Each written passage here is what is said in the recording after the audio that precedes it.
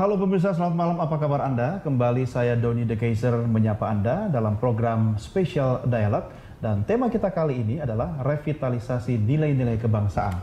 Selama 30 menit ke depan, kami akan mengajak Anda untuk mendiskusikan terkait mengenai bidang intelijen dan juga nilai-nilai kebangsaan. Dan pemirsa, langsung saja kita mulai Special Dialogue.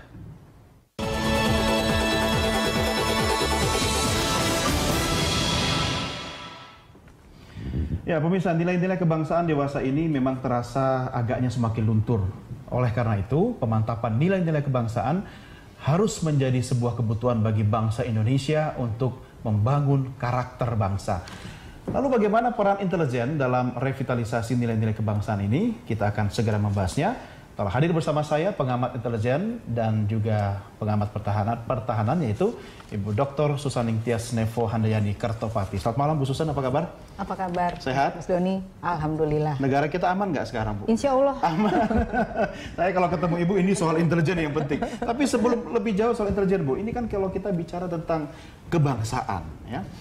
Ada yang mengatakan bahwa mulai dekadensi kebangsaan, ada nilai-nilai kebangsaan yang semakin luntur. Dari kacamata intelijen Anda melihatnya seperti apa?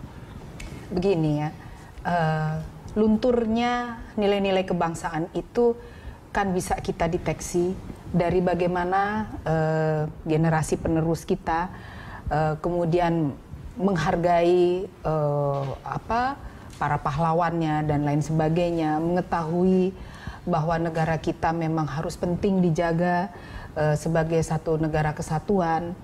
Itu saya rasa memang belakangan ini banyak sekali mengalami kemunduran. Saya rasa mengenai bagaimana nilai-nilai kebangsaan itu dapat dipertahankan agar berangkat dari kaum mudanya dan seluruh anggota masyarakat dari segala macam sektor itu berangkat dari keluarga, karena memang pendidikan awal adalah dari keluarga. Pilar utama ya? Keluarga. Pilar utama. Jadi lalu kemudian di sekolah, ya meskipun sekarang ini kan banyak sekali orang yang merasa bergengsi masukkan anak putra-putrinya di sekolah yang berbahasa standar internasional asing ya, standar internasional, cacis-cus berbahasa Inggris, tetapi ada yang sedikit dilupakan bahwa nilai-nilai kebangsaan itu justru sebagai pilar bangsa ini begitu sangat penting dan agak sedikit terlupakan, dan itu saya rasa memang mungkin harus terus menjadi suatu hal yang digali dan merupakan hal yang diutamakan di dalam setiap relung-relung kehidupan masyarakat, di dalam pengembangan edukasi, di mana semua itu tidak bisa kita lihat hanya peran Departemen Pendidikan saja, tetapi itu harus holistik, terintegrasi, seluruh departemen harus mengedepankan lintas sektoral ya? Lintas sektoral. Artinya Bu Susan, kalau kita bicara tentang bagaimana merevitalisasi nilai-nilai kebangsaan itu kan dimulai paling dekat dari rumah tangga. Betul. Ini bukan cuma urusan pemerintah dong, atau kementerian, atau sektor-sektor yang terkait. Ini urusan rumah tangga loh. Bagaimana sebenarnya seorang kepala rumah tangga atau anggota keluarga itu bisa memaknai bahwa kita perlu loh meningkatkan nilai-nilai kebangsaan dalam hal kecil saja seperti itu kan? Bisa. Ya, betul. Ya, contohnya saja begini. Kebetulan orang tua saya TNI. Dulu ketika saya kecil, tapi itu kan zaman saya kecil ya. Sekarang kita aja udah umur berapa? Itu masih sering mendengar gitu bagaimana dulu bapak itu berjuang di hutan melawan penjajah dan lain sebagainya. Ada nilai-nilai tapi sekarang ini kan kita yang tidak diwariskan sekarang K-pop gitu ya. Kita kan ya orang-orang tua yang sekarang ini kan usianya juga masih relatif masih muda ya. Mereka tidak mengalami masa-masa peralihan, revolusi dan lain sebagainya seperti yang saya alami cerita dari orang tua saya. Medan perjuangannya berbeda. Medan perjuangannya berbeda, tetapi di situ kan tetap saja harus memiliki suatu bentukan-bentukan baru, di mana itu tetap mempertahankan bagaimana unsur edukasi, nilai-nilai kebangsaan, sehingga anak-anak itu ketika besar mereka tetap bangga menjadi anak Indonesia, menjadi bangsa Indonesia. Betul, ini soal bangga menjadi Indonesia. Hal kecil saja, Bu Susan.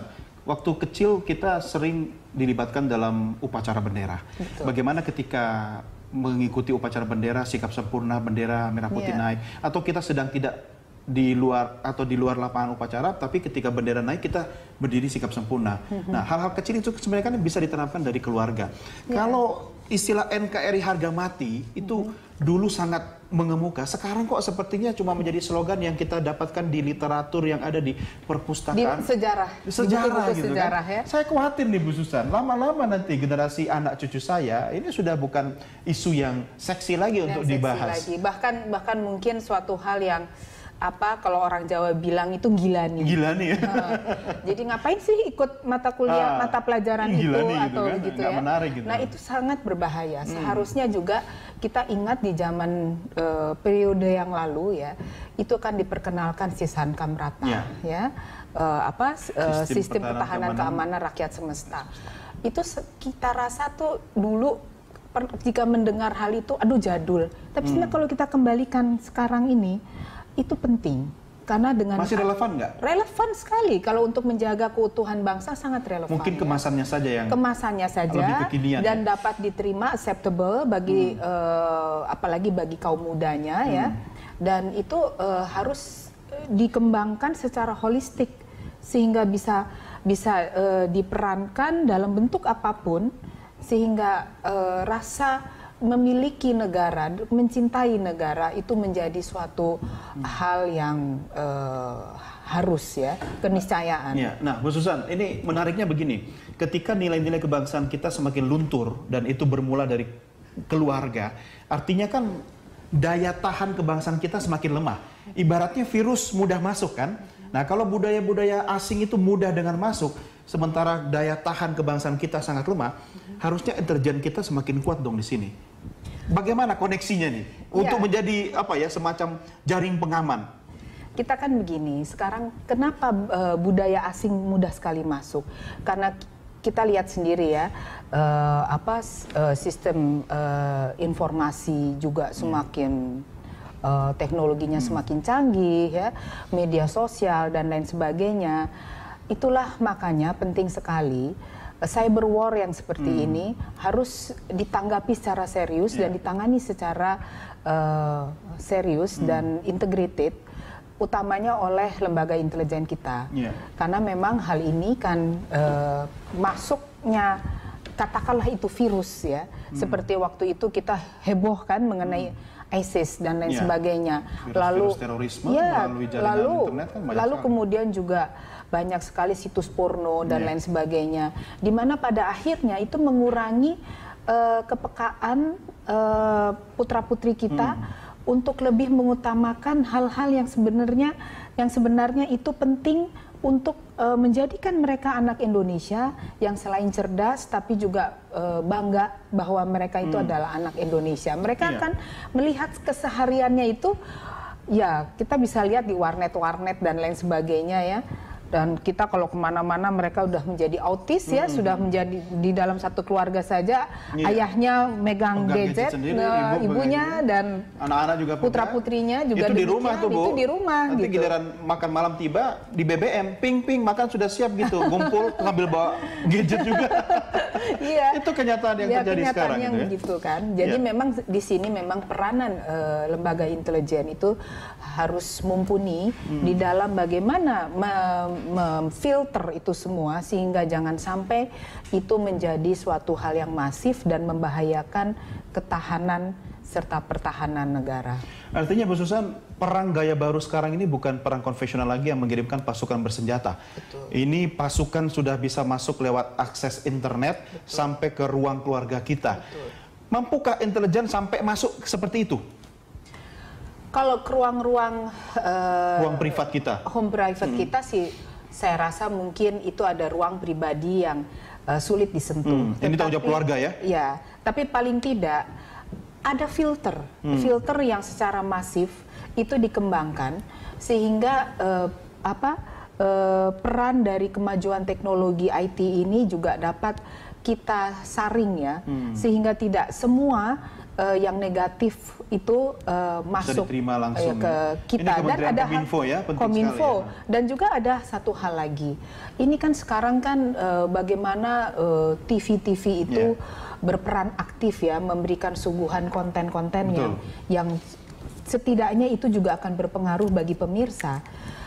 Mari kita melihat film Korea, film Jepang, dengan cerita romantisnya, kita kan terisak-isak menangis menonton film, tapi kita terkesiap di belakangnya pemandangan Korea yang indah.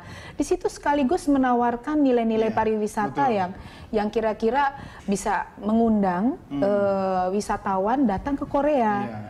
Itu dalam ilmu komunikasi subliminal message ini.